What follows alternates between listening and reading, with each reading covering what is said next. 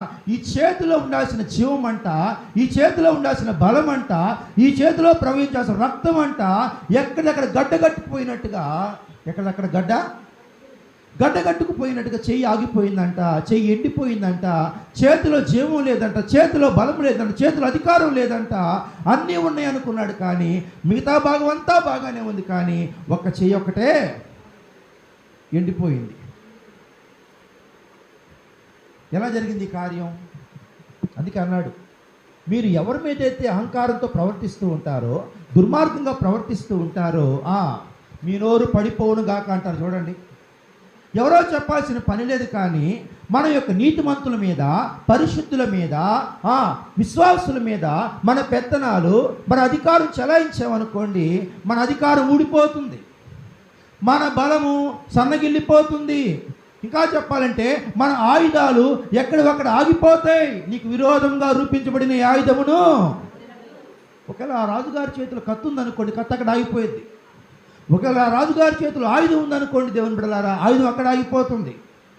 అర్థమవుతుందా? చెయ్యి కొట్టడానికి వెళ్తూ ఉండగా చెయ్యి అక్కడక్కడే. దైవజనుడు అక్కడ ఉన్నాడు, రాజుగారు ఎక్కడున్నాడు? ఆయుధం మధ్యలోనే ఆగిపోయింది. కారణం ఏంటి? నిన్ను ముట్టినవాడు కనుగుట్టు ముట్టినవాడితో అని దేవుడు చెప్పాడు.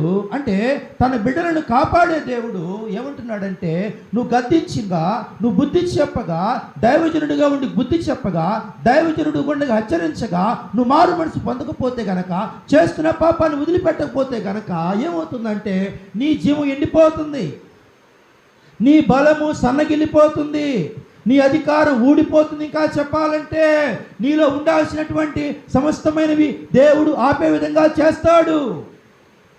ఎవరు? నా కాళ్ళను ఎవడు ఆపలేడు అనుకుంటున్నావేమో, నా చేతిని ఎవడు ఆపలేడు అనుకుంటున్నావేమో, నా నోటిని ఎవడు ఆపలేడు అనుకుంటున్నావేమో. ఆపేవాడు ఒకడున్నాడు పరలోకంలో. నీ ప్రయాణం ఆపేస్తాడు. దమస్కు మార్గంలో సౌలు బయలుదేరుతూ ఉంటుంటే ఆయన ప్రయాణం ముందుకు వెళ్ళగలిగాడా? అది మంచి ప్రయాణం అంటే మంచి ప్రయాణము కాదు. ఏ ప్రయాణం అంటే దైవజనులు కొట్టడం, దైవజనులు తిట్టడం, దైవజనులు నాశనం చేయడం, ప్రోగ్రాములు ఆపడం, సువార్త కుడికలు ఆపుదాం అనుకున్నాడు. అవి జరుగుతానే ఉండే, ఈయన ఆగిపోవాల్సి వచ్చింది. జరగాల్సినవి జరుగుతూనే ఉంటే, కానీ జరపకుండా ఆపాలని బయలుదేరిన వారు వెళ్ళకుండా ఆగిపోయారు. ఆగలేదా? ఎక్కడాగాడు? 3 దినములు అన్నపానములేమీ లేక చీకటిలో ఉండి ఆయన ఏమీ చేయలేకపోయాడు. నా ప్రభు అంటున్నాడు, నిన్ను కాపాడు యెహోవా కునుకడు